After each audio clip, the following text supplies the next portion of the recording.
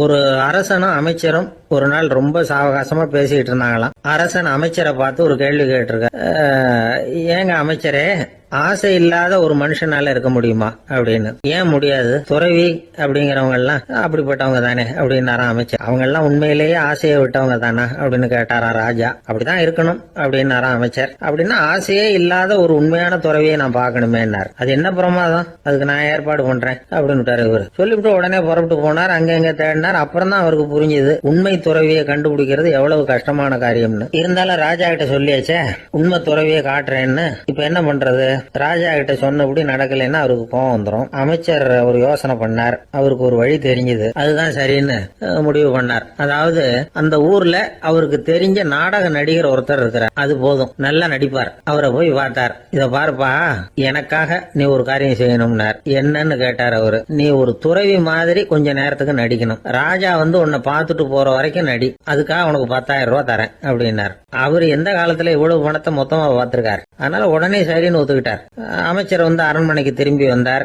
என்ன அமைச்சரே, இன்னுமா ஒரு உண்மையான துறவி கிடைக்கலன்னார்.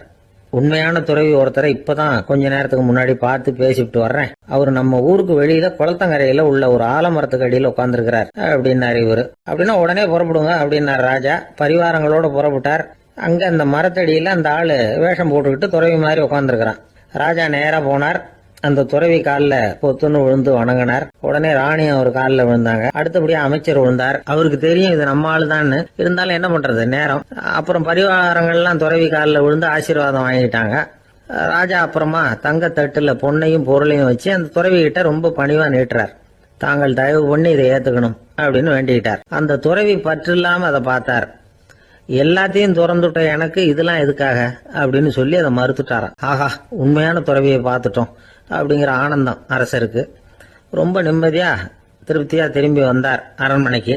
அதுக்கப்புறம் அமைச்சர் யாருக்கும் தெரியாம அந்த துறவிகிட்ட ஓடினார். சொன்ன பிரகாரம் பணத்தை நீட்டினார். இந்தப்பா, நான் உங்ககிட்ட சொன்னபடி 10,000 ரூபாய் பணம் எடுத்துக்கோ அப்படின்னார். அந்த ஆளு ராஜா கிட்ட சொன்னது மாதிரியே எல்லாத்தையும் திறந்துட்ட எனக்கு இதெல்லாம் எதுக்காக, வேணாம் அப்படின்னு விட்டாராம். நடிச்ச வரைக்கும் போதும்பா, இனிமே இந்த நாடக வசனம் எல்லாம் வேணாம், வேஷத்தை கலைச்சுரு, பணத்தை வாங்கிக்கொண்டார். இல்லைங்க, இது வேஷம் இல்ல, இது வசனமும் இல்ல, இது உண்மை. கொஞ்ச நேரம் துறவி மாதிரி நடிச்சதுக்கே இந்த தேசத்து ராஜா, ராணி, அமைச்சர், பரிவாரங்கள் எல்லாம் என் காலில் விழுந்து வணங்குறாங்க. அப்படின்னா உண்மையான துறவியா இருக்கிறது எவ்வளவு பெருமையான விஷயம். நான் உண்மையான துறவியா ஆக போறேன், அப்படி முடிவும் பண்ணிட்டேன் அப்படின்னார் அந்த நடிகர். வேஷம் கூட எப்படிப்பட்ட விளைவுகளை உண்டு பண்ணுது பாத்தீங்களா?